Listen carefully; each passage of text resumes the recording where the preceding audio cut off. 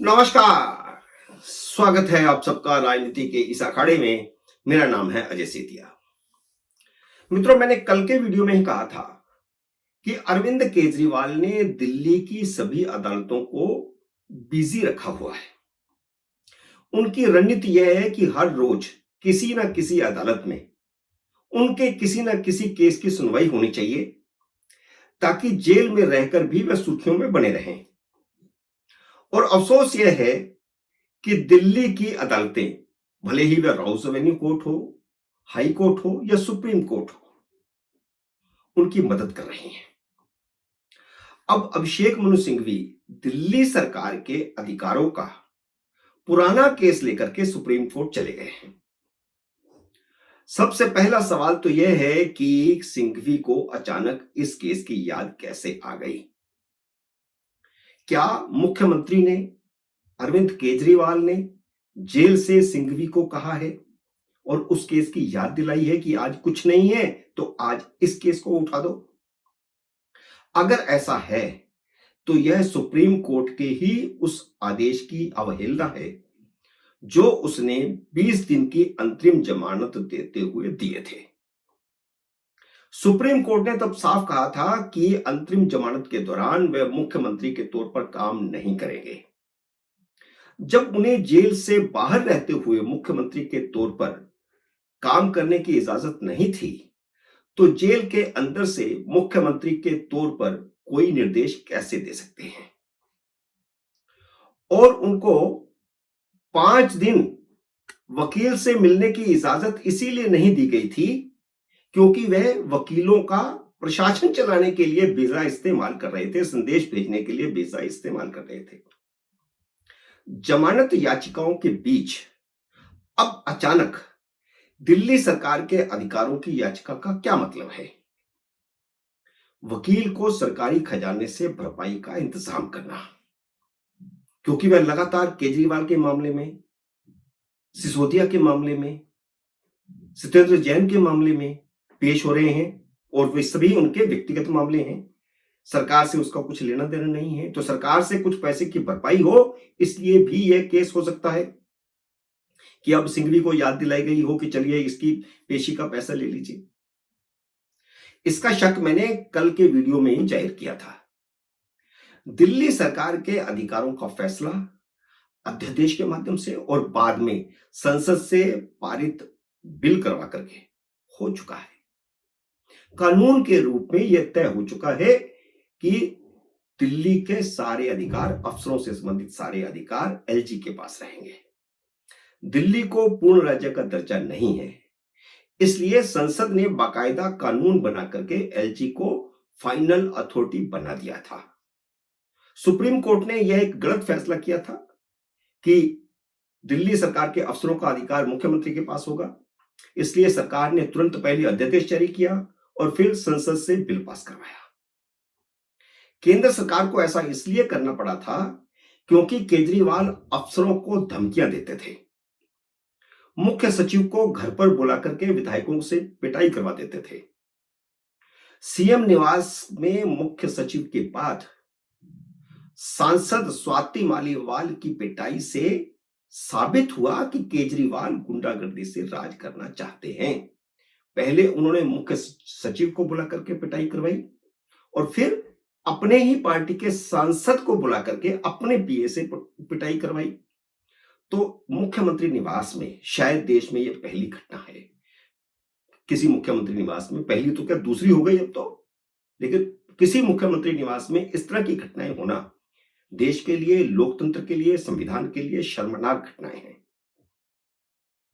वह विधानसभा में कह ही चुके हैं कि वह दिल्ली के मालिक हैं। अब लोकतंत्र में कोई विधानसभा में खड़ा होकर के मुख्यमंत्री यह कह दे कि मैं दिल्ली का मालिक हूं, मध्य प्रदेश का मुख्यमंत्री यह कह दे कि मैं मध्य प्रदेश का मालिक हूं, उत्तर प्रदेश का मुख्यमंत्री खड़ा होकर के यह कह दे कि मैं उत्तर प्रदेश का मालिक हूं, और देश की जनता उसे बर्दाश्त कर रही है। इसलिए केंद्र सरकार को केजरीवाल के दिमाग के नट बोल्ट कसने पड़े थे, इसलिए यह बिल पास करवाना पड़ा था। केजरीवाल ने संसद से पारित कानून को सुप्रीम कोर्ट में चुनौती दी हुई है। पहले अध्यादेश को चुनौती दी थी, इसी बीच वह कानून बन गया तो कानून को चुनौती दी हुई है और सुप्रीम कोर्ट ने उसे ठंडे बस्ते में डाल दिया था क्योंकि वह संसद से सीधा टकराव नहीं लेना चाहती थी। और अब अभिषेक मनु सिंघवी ने उसी को खोलने की बात कह दी है। वह चाहती है कि सुप्रीम कोर्ट का और संसद का टकराव हो या फिर फैसला हो जाए चुनावों से पहले पहले। और जब से यह कानून बना है तब से एलजी केजरीवाल और उसके लघुओं भगुओं की नाक में दम किए हुए हैं क्योंकि सारे अधिकार उनके पास आ गए हैं, अफसर उनके अधीन आ गए हैं। अभी एलजी ने सीसीटीवी लगवाने में 7 करोड़ रुपए की रिश्वत का नया घोटाला पकड़ लिया है जिसकी जांच के आदेश दे दिए गए हैं। चुनाव सिर पर आ गए हैं और केजरीवाल के सारे मंत्री एक एक कर घोटालों में फंस रहे हैं। दिल्ली सरकार के अफसर जांच एजेंसियों को पूरा सहयोग कर रहे हैं। तो केजरीवाल को लगता है कि अगर सरकार के अफसरों का कंट्रोल तुरंत उनके हाथ में ना आया तो सारे अफसर मिलकर उन्हें निपटा देंगे। जो उन्होंने नौटंकी कर रखी है कट्टर ईमानदार की, वह सारी नौटंकी उनकी चुनावों से पहले पहले ही खुल जाएगी। वैसे काफी हद तक खुल गई है, लेकिन 2-4 केस और आ गए तो पूरी तरह उनका जो है पटिया उलाल हो जाएगा। अफसर भी केजरीवाल की गुंडागर्दी का हिसाब किताब करने को बेताब बैठे हैं। इसलिए अभिषेक मनु सिंघवी ने चीफ जस्टिस को चिट्ठी लिखकर के आग्रह किया है कि दिल्ली सरकार के अफसरों के अधिकारों वाले कानून पर जल्द से जल्द सुनवाई की जाए। डीवाई चंद्रचूड़ अभिषेक मनु सिंघवी के क्लासमेट रहे हैं और ये जो जुडिशरी है, इसका जो सारा सिस्टम है, ये जो सारा क्षेत्र है, उसके अंदर यह चर्चा अक्सर रहती है कि अभिषेक मनु सिंघवी किसी की भी जमानत चुटकियों में करवा सकते हैं। नीचे भले उनकी नहीं चलती लेकिन सुप्रीम कोर्ट में उनकी चलती है। लेकिन लगता नहीं है कि इस मामले में चीफ जस्टिस उनकी कोई मदद करेंगे क्योंकि यह स्पष्ट है कि दिल्ली को पूर्ण राज्य का दर्जा नहीं है और इससे पहले लगातार यही स्थिति बनी रही है। केजरीवाल के आने से पहले सारे अफसर केंद्र सरकार के अधीन ही हुआ करते थे। और मित्रों, आपको याद होगा कि जब अफसरों पर अधिकार को लेकर के केजरीवाल ने कांग्रेस से मदद मांगी थी तो अजय माकन ने अपने ही नेताओं के खिलाफ मोर्चा खोल दिया था क्योंकि वे केजरीवाल की मदद करना चाहते थे।